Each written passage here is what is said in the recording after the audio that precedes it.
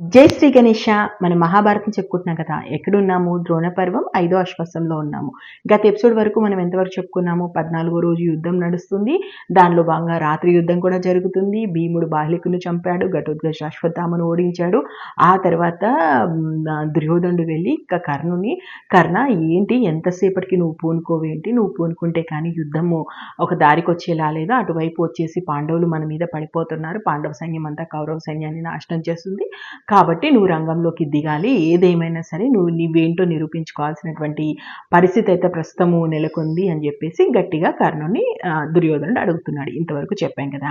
ఇక ఈ రోజు ఎపిసోడ్లో అస్సలు అశ్వత్థామ ఎందుకు కర్ణుడి మీదకి కత్తి తీసి రా నాతో యుద్ధానికి అనాల్సినటువంటి పరిస్థితి ఎందుకు వచ్చింది, ఆ తరువాత అశ్వత్థామకి దుష్టజుమ్ముడికి మధ్య యుద్ధం ఎలా విధంగా జరిగింది, అర్జునుడికి కర్ణుడికి మధ్య ఏ విధంగా యుద్ధం జరిగిందో ఈ రోజు ఎపిసోడ్లో మనం చూద్దాము.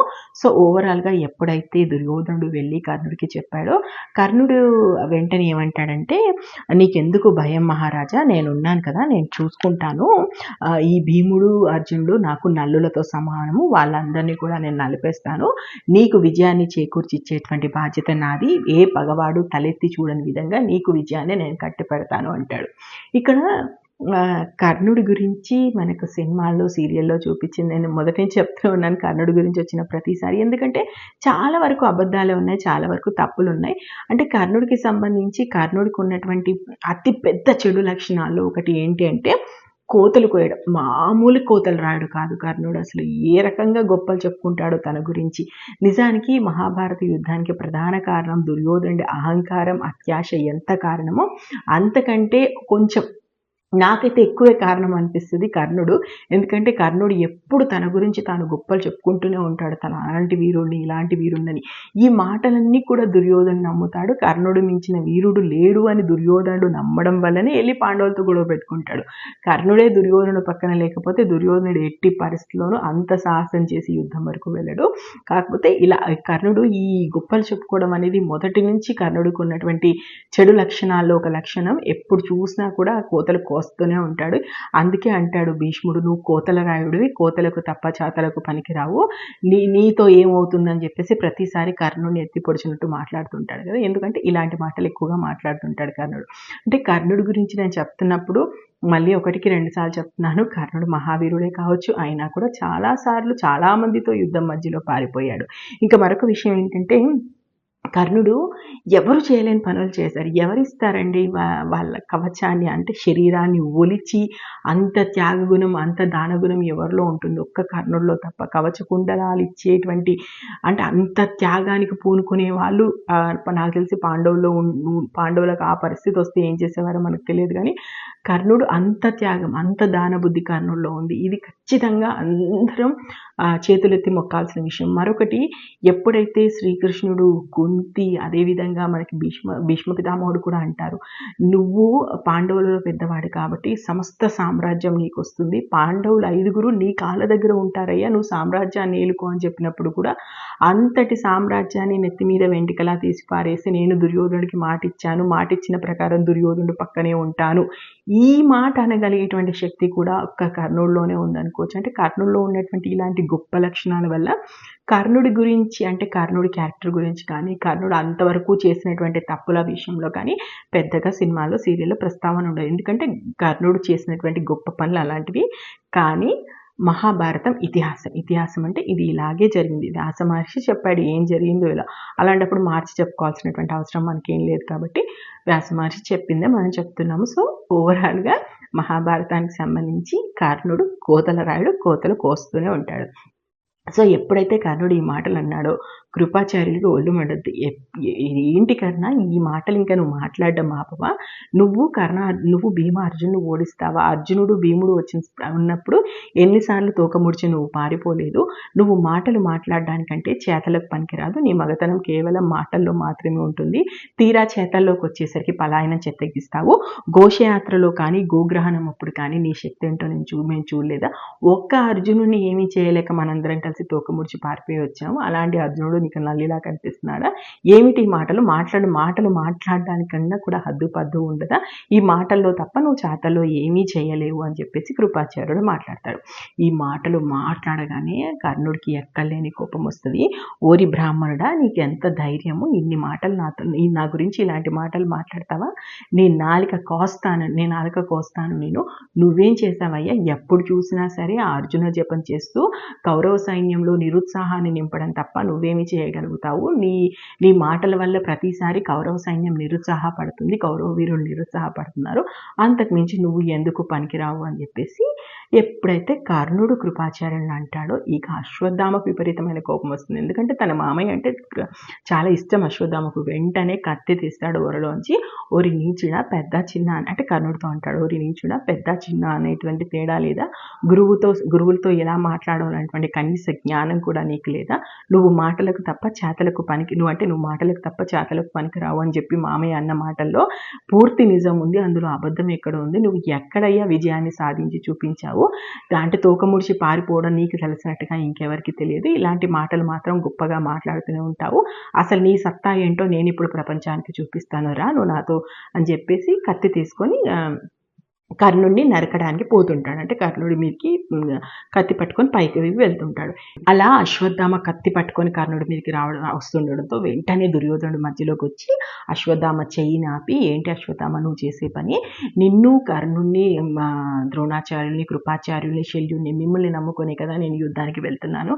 శకుని, నా తమ్ముళ్ళు వీళ్ళందరూ కూడా కష్టపడితేనే కదా నాకు విజయం వస్తుంది. ఇలాంటి సమయంలో కలిసి పోరాడాల్సినటువంటి సమయంలో మీరే ఇలా మాట్లాడితే ఇలా? దయచేసి కోపాన్ని తగ్గించుకో అని చెప్పేసి అశ్వత్థామతో అంటాడు. జరిగిన దానికి కృపాచార్యులు క్షమాపణ చెప్తాడు. అలాగే కర్ణుడితో కూడా పెద్దవాళ్ళతో మాట్లాడాల్సినటువంటి పద్ధతి ఇది కాదు కర్ణ, నేను నమ్మకం అంతా నీ మీద పెట్టుకున్నాను, సో దయచేసి నా నమ్మకాన్ని నిలబెట్టు అని చెప్పేసి కర్ణుడితో మాట్లాడతాడు. దీంతో దుర్యోధనుడు అంత తగ్గి మాట్లాడేసరికి అశ్వత్థామ, కర్ణుడు వీళ్ళందరూ కూడా కాస్త తగ్గుతారు. సరే అని చెప్పేసి మళ్ళీ పాండవుల వైపు యుద్ధం చేయడానికి వెళ్తారు. దీంట్లో కర్ణుడు ఇప్పుడు విపరీతమైన కోపంతో ఉన్నాడు కదా, వెంటనే వెళ్ళి పాండవ సైన్యం మీద పడతాడు. ఏనుగులు, గుర్రాలు, రథాలు, పదాతులు ఇలా ఏ ఉంటే వాటిని శత్రుపక్షాన్ని చీల్చి చెండాడుతుంటాడు. అసలు రుద్రుడే వచ్చాడా అన్నట్టుగా బీభత్సాన్ని సృష్టిస్తూ ఉంటాడు కర్ణుడు. ఇక ఇదంతా చూస్తాడు అర్జునుడు. వెంటనే కర్ణుడు ఉన్నటువంటి ప్రాంతానికి వస్తాడు. కర్ణుడు, అర్జునుడు ఇప్పుడు వీళ్ళిద్దరు కూడా ఎదురెదురు పడ్డారు. వీళ్ళిద్దరి మధ్య యుద్ధం ఎలా ఉంటుందంటే, అర్జునుడు వచ్చి రావడంతోనే కర్ణుడి మీద 3 బాణాలు నాటిస్తాడు. అగ్నిశిఖలా లేచేస్తాడు అర్జునుడు. ముందు కర్ణుడు బాణాలు వేస్తాడు, ఆ తర్వాత అర్జునుడు కూడా బాణాలు వేస్తాడు. గబగబా 30 బాణాలు వేస్తాడు అర్జునుడు. కర్ణుడి కవచాన్ని చీల్చేస్తాడు. ఆ తర్వాత కర్ణుడికి కవచం లేకుండా పోతుంది, అలాగే రక్తం కారుతుంటుంది. అర్జునుడికి కర్ణుడికి మధ్య చాలాసేపు యుద్ధం జరుగుతుంది.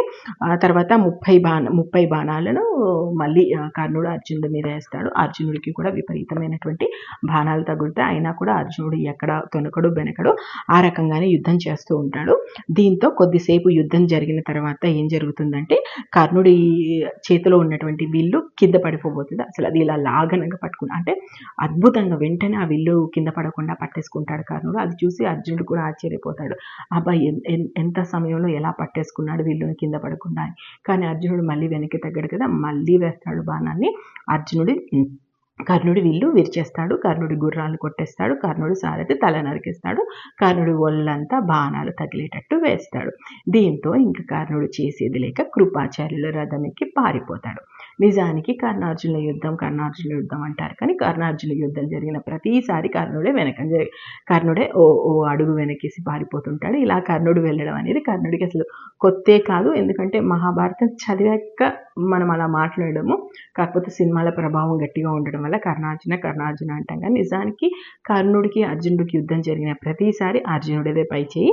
ఎప్పుడైతే మళ్ళీ కర్ణుడు ఎగ్గు వదిలేసి కృపాచార్యుడు రథం ఎక్కాడో అప్పుడు కృపాచార్యుడు ఒక నవ్వు నవ్వుతాడు. అంటే చూసావా, నేను చెప్పిందే నిజమైంది, నువ్వు మాటలకు తప్ప చేతలకు పనికిరావని.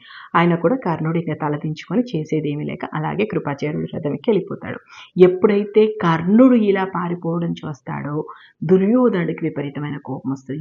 ఇంకా ఏంటి ఎవరిని నేను నమ్ముకునేది, ఎందుకంటే ఇక్కడ దుర్యోధనుడు యుద్ధం మొదలుపెట్టింది కర్ణుడి బలాన్ని చూసుకొని, కానీ పాండవులు యుద్ధంకి వచ్చింది తమ బలాన్ని దైవ బలాన్ని చూసుకొని. డిఫరెన్స్ అదే. ఎందుకంటే కృష్ణుడు ఒక మాట అంటాడు, యుద్ధానికంటూ పోతే అది నీ శక్తిని చూసుకొని పో, పక్కోడి శక్తిని కాదు అన్నట్టుగా.